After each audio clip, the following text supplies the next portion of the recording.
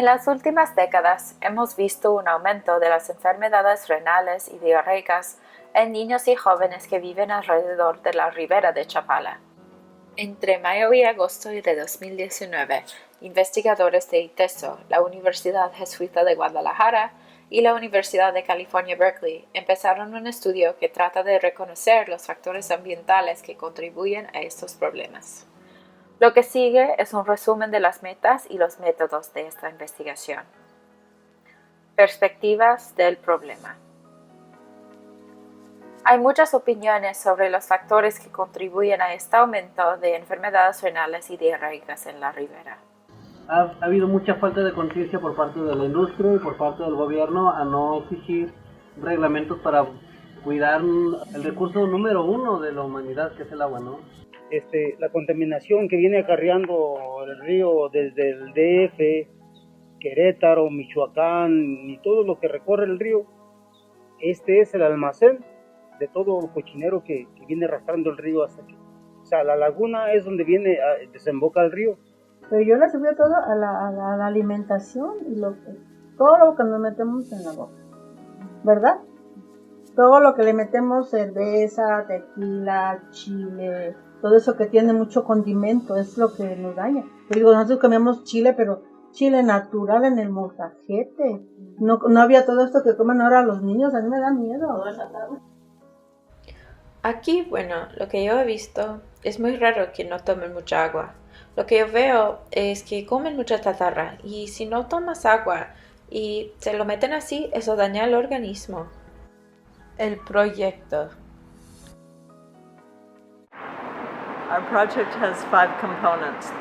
Usamos 5 métodos diferentes para lograr nuestros objetivos. Primero, realizamos observaciones de campo para ver el ambiente en donde estamos trabajando. Lo siguiente que hacemos son entrevistas de informantes clave para hacer preguntas a la gente que son muy familiares con la situación. Pueden ser proveedores de agua, doctores o una variedad de gente diferente. Después, tenemos juntas de grupos de enfoque. Estos grupos de enfoque generalmente son gente de circunstancias similares. Pueden ser que sean madres de personas con enfermedad de riñón, puede ser que sean pescadores. Son de 8 a 12 gentes que tienen interés y situación similar. Después, hacemos encuestas de hogares y hacemos preguntas sobre factores ambientales, ocupacionales y conductuales adentro del hogar. Entonces, típicamente son las madres que están en casa y quien saben estas cosas. Finalmente, tomamos muestras ambientales. En esta etapa de nuestro proyecto, nada más estamos tomando muestras de agua, de cualquier fuente de agua potable en el hogar. El proyecto Violación a Derechos Humanos en Situación de Crisis Sociohídrica es un proyecto interinstitucional entre el ITESO por parte de México, en colaboración con la Universidad de California en Berkeley, por parte de Estados Unidos de América. Al interior del ITESO es un proyecto también interdepartamental porque participamos investigadores de diferentes departamentos del ITESO. Está el Departamento de Estudios Socioculturales, el Departamento de Procesos Tecnológicos e Industriales y el Departamento de Estudios Sociojurídicos. Desde el Departamento de Estudios Sociojurídicos del ITESO se trabaja la dimensión de acción colectiva y derechos humanos en una perspectiva más amplia. De tal manera que estamos convocados todos estos investigadores de diferentes departamentos, de diferentes instituciones, de diferentes disciplinas, para abordar el problema central de la crisis sociohídrica en las poblaciones de Mezcala y San Pedro Itzicán en la ribera del lago de Chapala, cuya, problemática fundamental es la de la salud, que se manifiesta específicamente en una alta incidencia de enfermedad por insuficiencia renal. Digamos que ese es el detonador de todo este estudio, de todo este proyecto, y nuestro objetivo es identificar la multiplicidad de factores que se conjugan para configurar esta situación de crisis sociohídrica. Que anteriormente, cuando nosotros venimos Yo soy del año 1963 y toda la vida nos hemos criado aquí en nuestro pueblo de Mezcala. Incluso anteriormente, las señoras o nuestras esposas iban y llenaban los cántaros de agua al agua y la tomábamos. Incluso todos nos bañábamos en la laguna y nunca nos hacía daño. Y ahora no. Ahora si tomamos de esa agua de la laguna nos hace daño, nos pega fuertes diarreas, nos da mareamientos, incluso hasta insuficiencia renal y no sabemos el por qué. En esta etapa del proyecto solamente estamos tomando muestras de agua. En el futuro miraremos el aire también. Para las muestras de agua estamos probando la calidad de bacteria en agua de garrafones, tambos o de llaves. Estamos analizando el agua para detectar microbios y productos químicos que están asociados con la enfermedad renal. Colección de datos.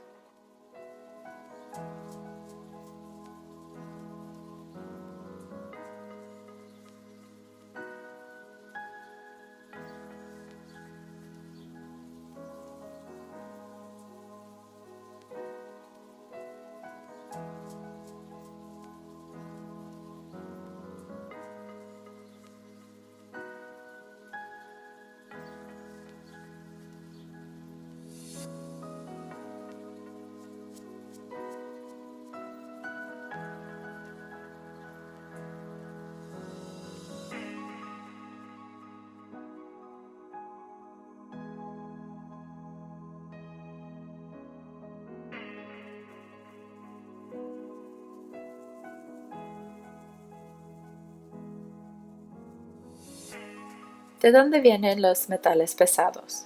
Los metales pesados vienen de varios lugares naturales y también de desechos de empresas, pesticidas y otras industrias.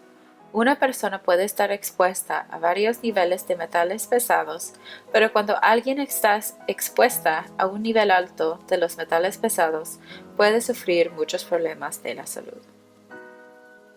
¿Qué hacen los metales pesados al cuerpo? Muchos de los metales pesados pueden contribuir al dolor de cabeza, vómitos y náusea. Además, puede contribuir al dolor del pecho, cáncer de los riñones y la vejiga, la enfermedad renal crónica y la diarrea. Especialmente en niños que tienen menos de 5 años, estar expuesta a los metales pesados pueden contribuir a la diarrea. ¿De dónde vienen las bacterias? Las bacterias vienen de la tierra que ha sido mezclado con basura, desechos humanos o desechos de animales. Cuando los pozos se inundan, las botellas no están limpiados, o cuando el agua no está filtrada o tratada bien, una persona puede tomar las bacterias en su agua. ¿Qué hacen las bacterias al cuerpo? Las bacterias pueden contribuir a la náusea y vómitos. Además, puede contribuir al dolor del estómago, insuficiencia renal para niños y adultos grandes y la diarrea sangrienta. ¿Qué hacemos con esta información? Policymakers want to make evidence-based decisions. Los formuladores de políticas quieren tomar decisiones basadas en evidencia. Entonces, es nuestra obligación como científicos proveer evidencia fuerte y buena para que ellos tomen buenas decisiones.